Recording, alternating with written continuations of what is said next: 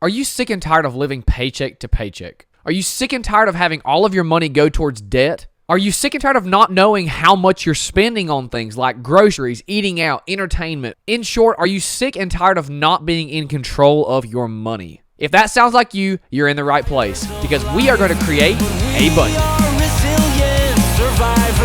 First up, what is a budget? In short, a budget is an intentional plan for your money. It is a roadmap that you create that shows you every month how to spend, save, give, and invest your money. When you have a monthly budget, you have order in your life. Chaos reigns when there is no intentionality, when there is no purpose behind what you're doing with your money. And when you're unintentional with your money, you're more likely to overspend, make bad financial decisions, and not achieve the goals that you want, the life you truly want to live. When you have a monthly budget in place, however, it allows you to accomplish what you want to do with your life, whether that's start a family, whether that's buy a house, invest your money, pay off debt, change careers, whatever the case may be. Having a budget allows you to quantify how I'm going to accomplish this money goal. It is so important for us as young people to be in control of our money now because some of the biggest financial decisions we will make happen during our teens, 20s, and 30s, our youth. Buying a house, buying a car, college. If we don't know how to navigate this season well, and if we're not intentional, we're going to make bad financial decisions that's going to hurt us long term and not allow us to live the life we truly want to live one day. Dave Ramsey always says, if you live like no one else, later you can live and give like no one else. Guys, it's time for us to get our act together by living like no one else now, which means sticking to a plan for our money. Understanding this concept is simple, but it's not easy. But it is so worthwhile and countercultural, which is why in today's video, we're going to be going over how to do a monthly budget using the budgeting tool EveryDollar, which is a free app you can get from Ramsey Solutions, Dave Ramsey's company. I use it all the time. I recommend it to everybody. It is great, and it's very, very user-friendly. So without further ado, let's go ahead and create your first budget ever right now. Okay, so what we have here is EveryDollar on the laptop, although you can also have the app, and it automatically syncs to each other.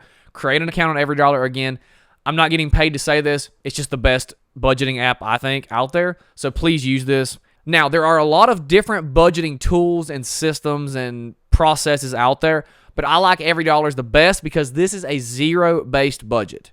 Now, what does a zero-based budget mean? In short, your income minus your expenses equals zero. In short, it follows a simple formula. Income minus expenses equals zero. Let me say it again. Income minus expenses equals zero. Now, does that mean you have no money left at the end of the month? No, that's not what that means. It just means that every dollar you earn, subtract it from the expenses, you itemize every dollar you earn, and that comes out to zero. In other words, every dollar you earn has a purpose.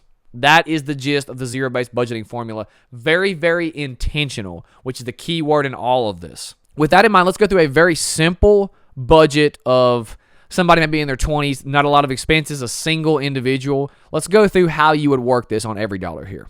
Okay, obviously in the formula, we want to start with income because income minus expenses equals zero. So this is all set up on the app the exact same way. So income minus expenses equals zero. We'll start with income. Let's say you get 2 paychecks, bi-weekly paychecks, and you are earning $2,000 after taxes. This is your take-home pay every week. Okay, so you get $4,000 a month after taxes, which now this shows $4,000 left to budget, which means we have no expenses listed. So the income minus expenses is zero. Well, there's no expenses right now, so it's $4,000. So we have to have a purpose for every one of these dollars, every 4,000 of these dollars. So we've got the income side done. That's good. Now, let's go down through expenses. So first you would have giving. As a Christian, let's say 10%. Let's say you want to do that. All right. So you're tithing 10% to your church. You got $400 in there. Charity, it could be for you're giving for a mission trip or a missionary, for example, or some other cause organization you're giving to. We're going to leave that zero for now. Emergency fund, you'd have that if following the Ramsey baby steps, your first step would be having a $1,000 starter emergency fund. So if you didn't have a $1,000 starter emergency fund, you'd want to work on getting that built up in this, but we're going to pretend like you've already got $1,000. you are moderately financially wise, and so you, in this case, already have a few $1,000s in your savings account. Okay, good. We just don't know how to budget. That's why we're going to fix that. Okay, now we go down to housing. So in this case, you're renting. All right, let's say your rent is $950 a month, and you don't pay for water because it's included. Now you do pay for electricity. Let's say your electric bill's kind of on the higher end. Let's say it's $250 a month, which is pretty high. Depends on where you live, obviously, because these things are slightly different depending on that. Obviously, you have internet. Let's say your internet is $50 a month. Very basic internet, I might add. But again, we're trying to live below our means. All right. Now, let's go down to gas. So you're driving to work. Not too much as far as a commute. Your commute distance is not that far. But we're going to say you're spending $350 because you have a car that gets not the best gas mileage. Okay, we might have to work on that later. All right, maintenance here, for example, would be if you had an oil change or something this month. That will not always need to have any money in it. But let's say this month you need to get your oil change. You want to go to Take 5, get a quick, fast oil change. Let's say it takes $80 to do that. Okay, now go down to food. So food is a tough one, guys. Food is one that can really mess with people. I see it all the time in financial coaching and as a soon-to-be advisor. Food really messes up people's budget because it's just so easy to overspend on food. But for groceries, let's say you're spending $375 a month on your groceries as a single individual.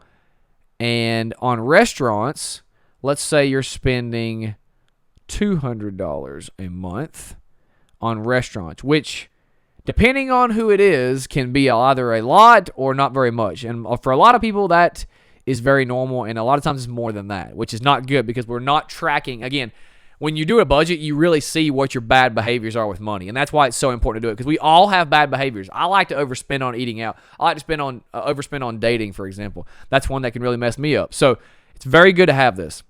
Okay, let's go down through here. Clothing. Now, clothing, for example, on personal, again, we're all on the expenses here. Clothing is really a need, particularly if you're paying off debt, because we're going to get to the debt at the very bottom, because in this example we're using, this person is going to have some debt. So in this example, they don't need any clothes, because most of the time, guys, we don't need clothes. We just want clothes. So we're going to leave that at zero. All right, you got your phone bill. Let's say the phone bill is $70. All right, fun money. So you're going to put a little bit in there, although, again, that's a necessity. It's not like a need. So in this case, though, we do have a birthday get-together. This individual does. So we're going to put $50 in there for them to buy a gift for their friend. All right, hair cosmetics. Now, this category, I like to also kind of like add like body care. Oops, there we go. Body care. That includes shampoo, body wash, for girls, makeup, that kind of cosmetic stuff, getting haircuts, all of that. So in this case, say they get this guy's going to get a haircut, or girl. I'm going to say $100. That one depends, really. For girls, it's a lot higher than for guys in that category. But we're going to put $100 in there because he or she has to get a haircut and some shampoo, body wash, conditioner, a few things. That kind of skin care, body care. Now, subscriptions. What I always tell people in this case is itemize your subscriptions. So depending on how many you have, you might want to put, like, let's say you have Netflix, okay, and that's $15. A lot of times it's like $14.99, and I do encourage people that I coach to be extremely accurate with your numbers. So let's say $14.99. Let's say you have Disney Plus. Now, off the top of my head, I'm not sure what Disney Plus is right now, so I'm just going to say $19.99. And let's put one more in there. Let's say you have Apple Music, which is a very common one there. And let's say that one is $14.99 too. Again, I'm not exactly sure what those numbers are right now, but we're going to pretend like those are those.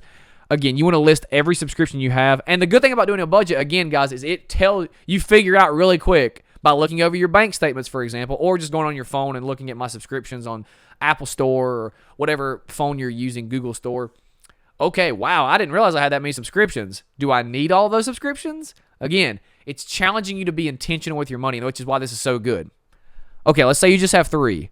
Although a lot of times I've seen some crazy numbers of subscriptions. So you might have more than that. You just don't think you have that many.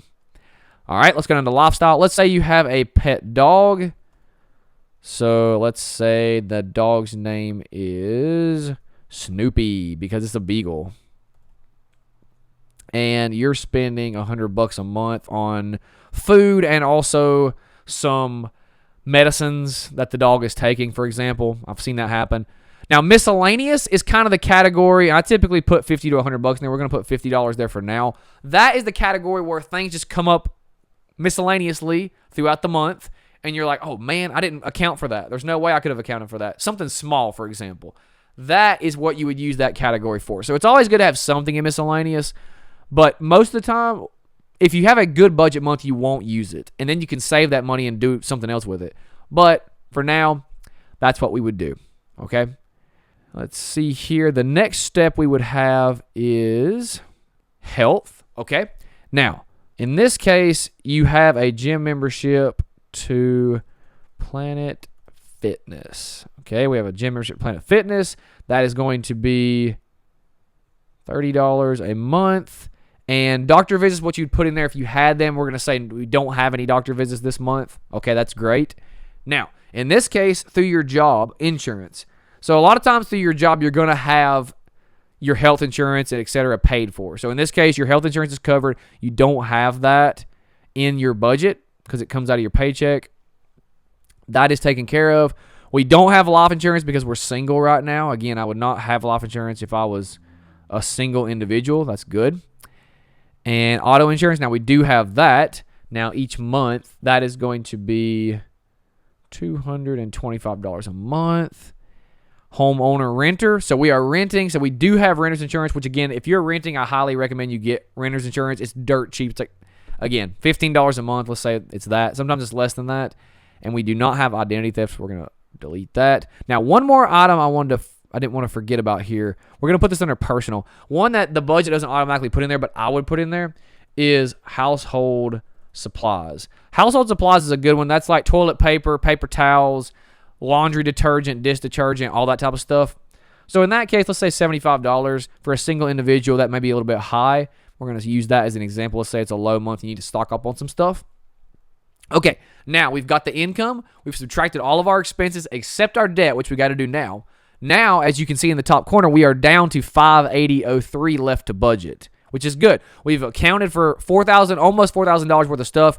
We just need to account for that other $580.03. Where is that money going to go? That's what we're going to do now. So, in this case, the good news is this person does not have much debt. We're going to just say you have a student loan and a car payment. Student loan. Here we go. So we're going to put that in here. The current balance, though, is going to be $20,000, which is a lot.